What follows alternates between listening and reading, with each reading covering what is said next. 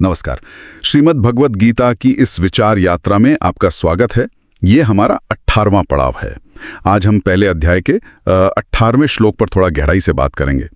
कुरुक्षेत्र में युद्ध का मंच तो सज चुका है और पांडव पक्ष के योद्धा अपना शंखनाद कर रहे हैं। श्लोक कुछ इस तरह है। काश्यश्च परमेश्वासः शिखंडी च महारथः दृष्टद्युम्न विराटश्च सात्यकिश्च अपराजितः ध्रुपदो द्रौपदेयाश्च सर्वशा पृथ्वीपते सौभद्रश्च महाबाहुः शंखान दद्मु पृथक पृथक। 18। तो पिछले श्लोकों में हमने सुना कि कैसे श्री कृष्ण, अर्जुन, भीम जैसे मुख्य योद्धाओं ने शंख बजाए। अब इस श्लोक में कुछ और नाम आ रहे हैं। काशीराज, शिखंडी, दृष्टद्युम्न, विराट, सात्यकी। हाँ, और द्रुपद, द्रौपदी के पुत्र अभिमन्यु भी। जी, तो ये जो इतने सारे नाम हैं, इनका यहाँ खास तौर पर उल्लेख क्यों? मतलब सिर्फ एक लिस्ट तो नहीं होगी ये? नहीं, बिल्कुल नहीं। ये सिर्फ एक सूची नहीं है। असल में ये पांडव सेना की जो सामरिक शक्ति है, उनका जो मनोबल है, उसकी एक झलक है। हर नाम का अपना वजन है। अच्छा, जैसे का हम जानते हैं कितनी महत्वपूर्ण थी। फिर दृष्टद्युम्न है, विराट है और सात्यकी, जिन्हें अपराजितः कहा गया, मतलब अजेय। ये सब नाम पांडवों की ताकत दिखाते हैं। और द्रुपद जैसे अनुभवी योद्धा भी हैं। बिल्कुल। और साथ में द्रौपदी के 5 पुत्र, वो युवा पीढ़ी का प्रतीक हैं। और फिर महाबाहु अभिमन्यु, उनकी शक्तिशाली भुजाएं। तो ये क्या दिखाता है? ये दिखाता है सेना की गहराई। मतलब अनुभव भी है, युवा जोश भी है, हर तरह की विशेषज्ञता है। वो पूरी तरह से तैयार हैं। अच्छा, ये बात है। और फिर ये जो पंक्ति है, शंखान तद्भु पृथक पृथक, सबने अपने अपने शंख अलग अलग बजाए। इसमें क्या खास बात है? एक साथ क्यों नहीं बजाया? हाँ, ये पृथक पृथक जो है ना, ये बहुत महत्वपूर्ण है। ये सिर्फ एक सामूहिक शोर नहीं है। तो फिर ये हर योद्धा का अपना व्यक्तिगत संकल्प है। जब हर महारथी अपना शंख अलग से बजाता है, तो वो सिर्फ ये नहीं बता रहा कि मैं यहाँ हूँ, बल्कि वो सार्वजनिक रूप से अपने स्तर पर इस धर्म युद्ध के प्रति अपनी प्रतिबद्धता, अपना समर्पण घोषित कर रहा है। ये एक तरह की व्यक्तिगत शपथ है। अच्छा, व्यक्तिगत शपथ जो सामूहिक उद्देश्य से जुड़ रही है। बिल्कुल। सोचिए, हर योद्धा की अपनी आवाज, अपना संकल्प। जब ये सब आवाजें मिलती हैं, तो वो गूंज कितनी शक्तिशाली होती होगी।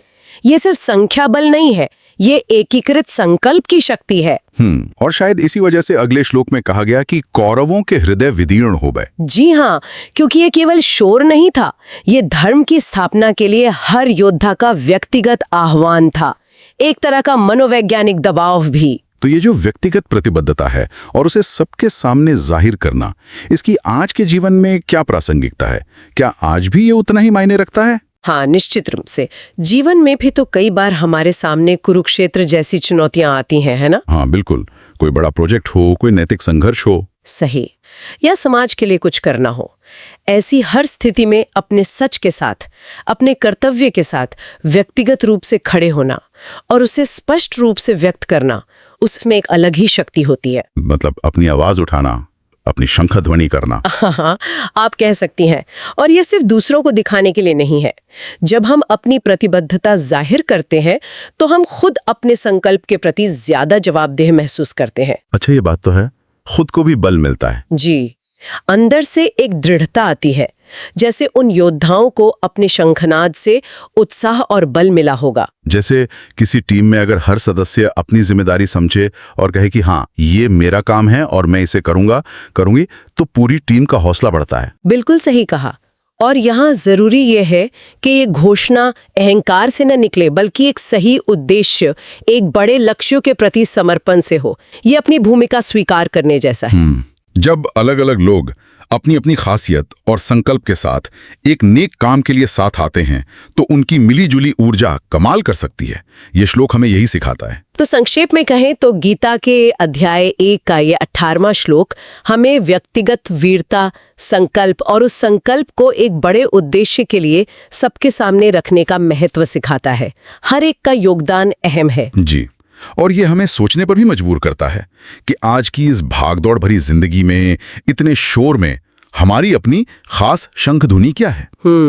अच्छा सवाल है। हाँ, हम अपने मूल्यों को, अपनी क्षमताओं को, अपनी प्रतिबद्धताओं को कैसे पूरी सच्चाई से सामने रख सकते हैं, जिससे न सिर्फ हम खुद मजबूत हों बल्कि अपने आसपास भी एक सकारात्मक ऊर्जा फैला सके। नमस्कार।